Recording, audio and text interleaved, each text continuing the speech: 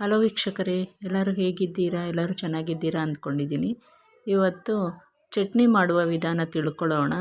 ಮೊದಲಿಗೆ ಒಂದು ಬಾಣಲಿಗೆ 4 ಸ್ಪೂನ್ ಕಡಲೆ ಬೀಜವನ್ನು ಹುರಿದುಕೊಳ್ಳೋಣ ಲೋ ಫ್ಲೇಮಲ್ಲೇ. ಮತ್ತು ಒಂದು ಜಾರಿಗೆ 1 ಹಿಡಿಯಷ್ಟು ತೆಂಗಿನಕಾಯಿ ತಗೊಳ್ಳೋಣ.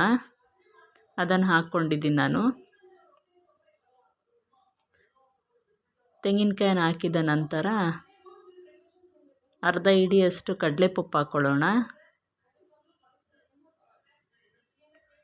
ಕಡಲೆಪಪ್ಪು ಹಾಕಿದ ನಂತರ ಹುರಿದ ಕಡಲೆ ಬೀಜವನ್ನು ಹಾಕ್ಕೊಳ್ಳೋಣ.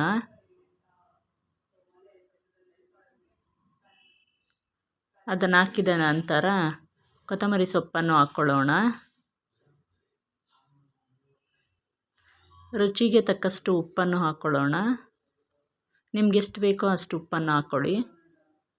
ಅದಾದ ನಂತರ ಇಲ್ಲಿ 8 ಇಲ್ಕು ಬೆಳ್ಳುಳ್ಳಿ ತೊಗೊಂಡಿದ್ದೀನಿ, ಅದನ್ನು ಹಾಕ್ಕೊಂಡಿದ್ದೀನಿ ನಾನು.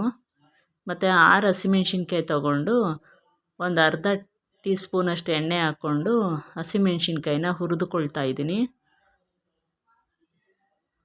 ಹುರಿದುಕೊಂಡ ನಂತರ ಅದನ್ನು ರುಬ್ಬೋದಕ್ಕೆ ಹಾಕ್ಕೊಳ್ಳೋಣ.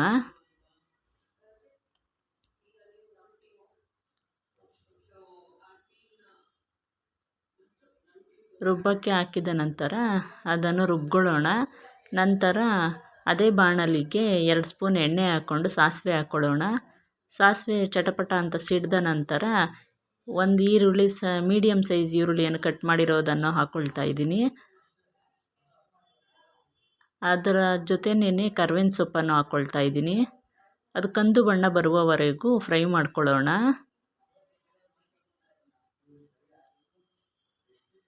ಅದು ಕಂದು ಬಣ್ಣ ಬಂದ ನಂತರ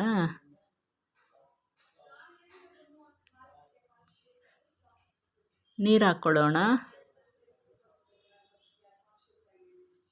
ನಾನು 1 ಕಪ್ಪಷ್ಟು ನೀರು ಹಾಕ್ಕೊಂಡಿದ್ದೀನಿ, ಸಣ್ಣ ಕಪ್ಪಲ್ಲಿ. ಅದಾದ ನಂತರ ರುಬ್ಬಿರುವ ಚಟ್ನಿಯನ್ನು ಅದಕ್ಕೆ ಹಾಕ್ಕೊಳ್ಳೋಣ.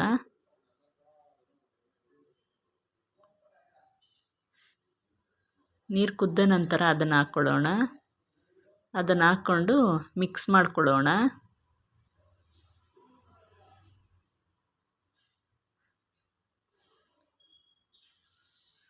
ಇದು ದೋಸೆ, ಚಪಾತಿ, ಪೂರಿ ಎಲ್ಲದಕ್ಕೂ ಚೆನ್ನಾಗಿರುತ್ತೆ ಕಾಂಬಿನೇಷನ್ನು. ನಿಮಗೆ ಇಷ್ಟವಾದಲ್ಲಿ ಲೈಕ್ ಮಾಡಿ, ಶೇರ್ ಮಾಡಿ, ಸಬ್ಸ್ಕ್ರೈಬ್ ಮಾಡಿ ಮತ್ತು ಕಮೆಂಟ್ ಮಾಡಿ.